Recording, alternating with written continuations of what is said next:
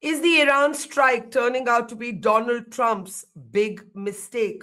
Even sections of his own base are now criticizing him for dragging America into what is being called Israel's war. The Iran Israel war is now playing out as a classic case of asymmetric warfare. Iran clearly does not have the military capacity to take on either the American or the Israel military, but it does, of course, have the capacity to send missiles and drones into different parts of West Asia. So, in the last few days, we have seen Bahrain, Kuwait, Saudi Arabia, we have seen Dubai, Abu Dhabi, even Oman being pulled into this conflict. In the meantime, Iran has said that 153 girls were killed in the strikes, the coordinated strikes by Israel and the United States. There is no formal response to this claim from either of the two countries yet. The big question now is, does Trump know how to end a war that he has started?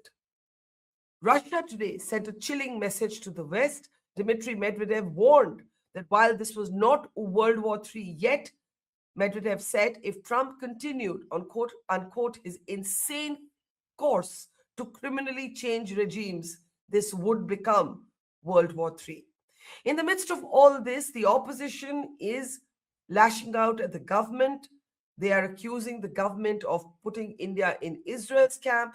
India's own statements have not taken any sides, but have only expressed deep concern for the situation. Prime Minister Modi has, in fact, in the last few hours, spoken with the leadership of several countries, including the leaders of Iran, Kuwait, Oman, amidst this spiraling crisis.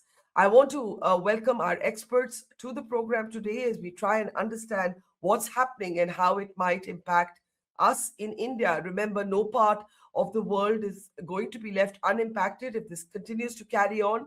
In Pakistan itself, we have seen now reports emerge that it was US Marines that fired directly at protesters trying to storm the consulate, the American consulate in Karachi.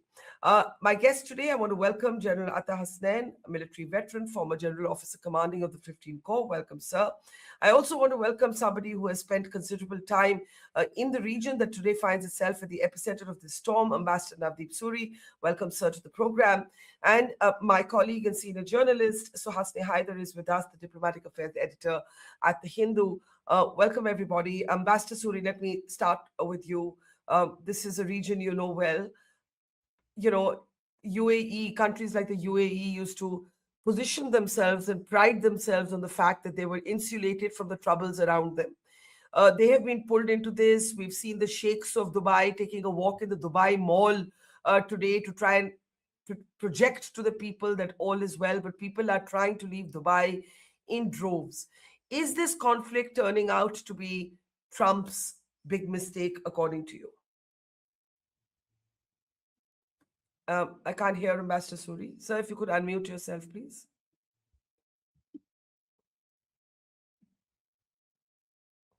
I can't hear you, sir. I'm so sorry. I can't hear you. Sir, you're muted at your end. While you fix that, let me just put the same question to General Hasnain. Is that General okay Hasnain. now? Oh, yeah, you're back. Yeah, go ahead. Okay. Yeah. Yeah, I was just going to say that it was actually Sheikh Mohammed bin Zayed who was in that mall, the ruler of Abu Dhabi and the president of UAE, That's right. That's trying, right. trying That's to right. shore up, trying to shore up confidence.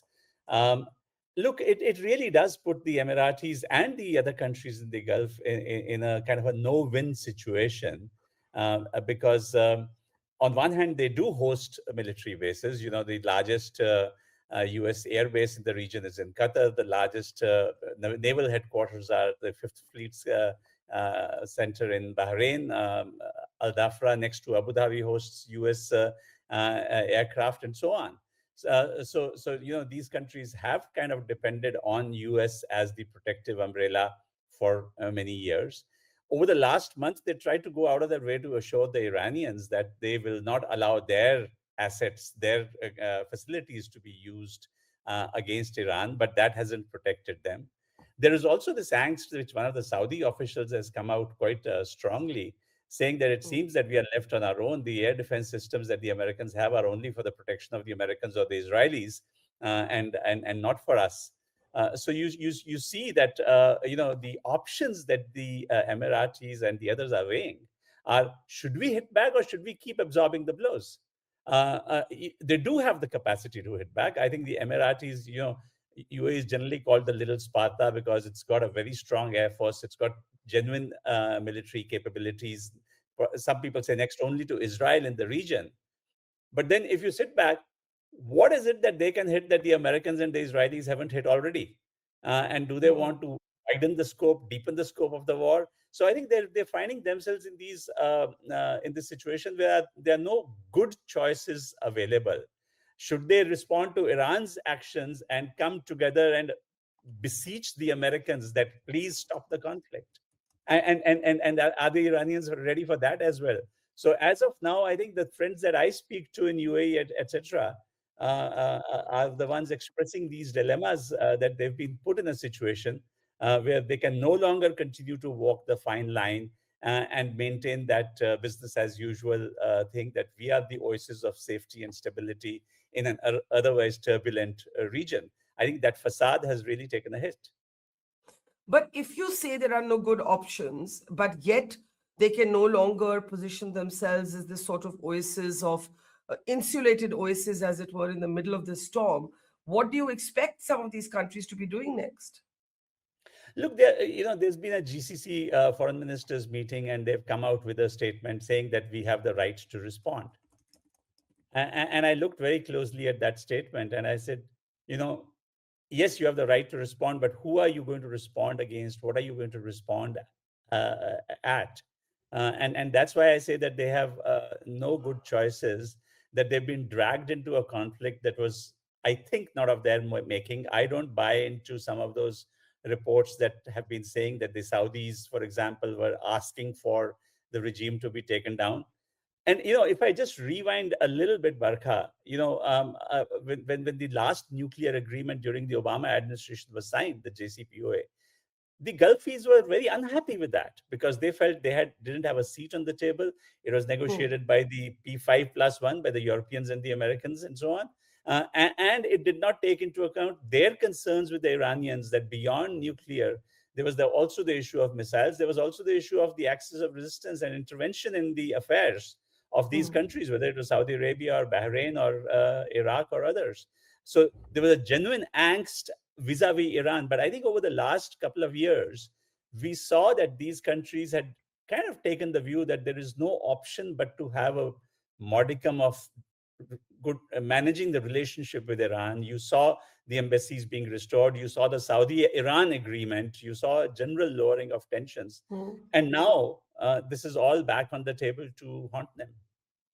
So, General Hussain, the Israelis that we've been interviewing in the last few days, they're arguing that this is, in fact, if this is a war of narratives, this is, in fact, to the advantage of America and Israel, because countries that may have not wanted this war, now that they have come under attack, they are not going to be as level-headed about Iran. But it can also be argued the other way. And what can be argued is what is most important for the leaderships of these countries is to maintain commerce, tourism, trade, stability in their own countries. This is the war that they will want to see end sooner rather than later. The point is, Trump, having declared regime change as the stated goal, the killing of Khamenei has not achieved that, which is what most experts had pointed out. So what next? General Hassan, could you unmute yourself, sir, please? Yeah. It's quite obvious, Barkha, that Mr. Trump is obsessed only with American and Israeli interests. Ambassador Deep has just brought out what exactly are in terms of what the Gulf nations themselves would want. They wouldn't want to get stuck in this particular war at all. But I don't foresee Mr. Trump stopping. This is the fourth day that we are on at the moment, and 750 people are so far reported to have died. This is a Gaza being repeated. How many times people spoke to Israel, spoke to America to stop the bombing of Gaza until 75,000 people died, no one stopped. Right? So I don't foresee this. You see, we are looking at extremes here. This can stop tomorrow. This can stop tomorrow if Iran just hypothetically steps forward and says, okay, we are willing to negotiate, it can stop. But I don't think that will happen. Or it can just continue over the next 3 to 4 weeks, and we can see extreme situations. Why 3 to 4 weeks? Even beyond that. That will be the worst case scenario, which the Russians are themselves predicting at the moment.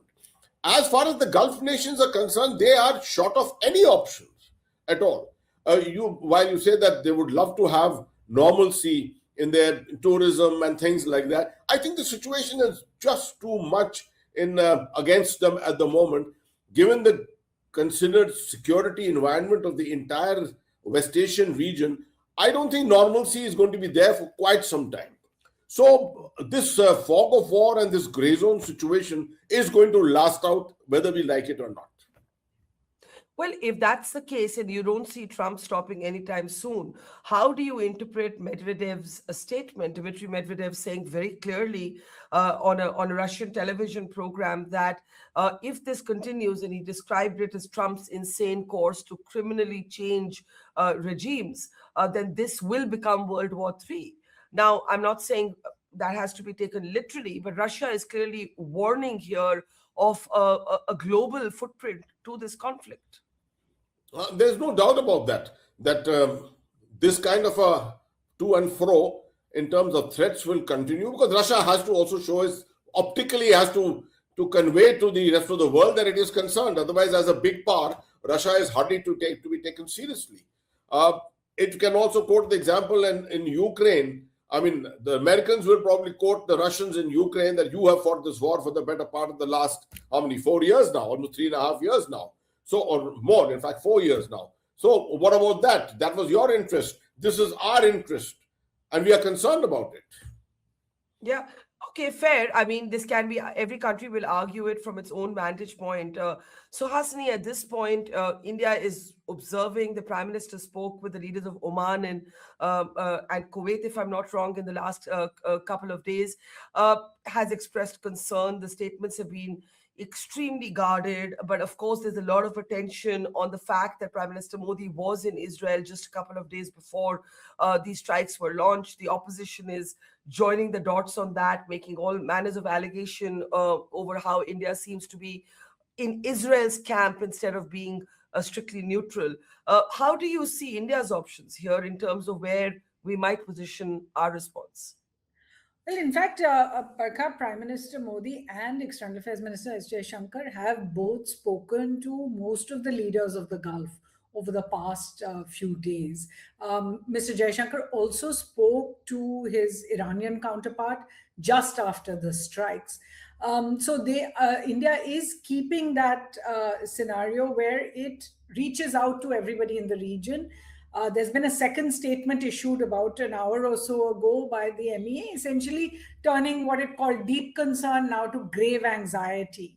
Where what you spoke about, the idea of India taking a side has come out, is essentially for three reasons. One, Prime Minister Modi chose to go to Israel at a time when everyone had predicted that a strike on Iran was imminent.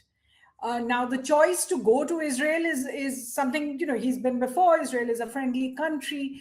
But to go at such a timing and then to have the strikes on Iran just a day or two after he leaves gives the impression that either India knew that the strikes were just about to happen and went anyway, discussed it, was briefed by Prime Minister Netanyahu, but we don't have any official confirmation of this.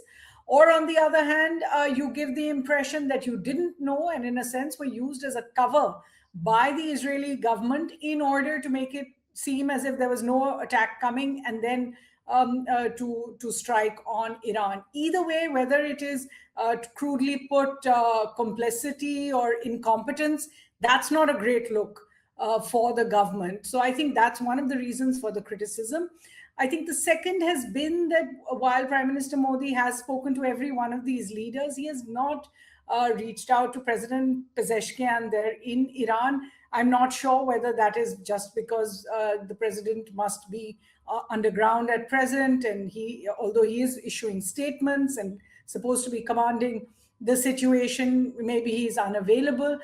That's one part of it. The second has really centered on the fact, and there can be two views on this, but it's centered on the fact that India has not so far condoled or condemned the killing of a sitting head of state, or in a sense, the head of a country, in a sense, the Iran supreme leader, Khamenei, Ali Khamenei, and his family, in what is clearly a violation of Iran's territorial sovereignty. So the fact that India has not condoled with the Iranian government in any of its public statements, or spoken about that, or in fact spoken about the killing of schoolgirls in a school.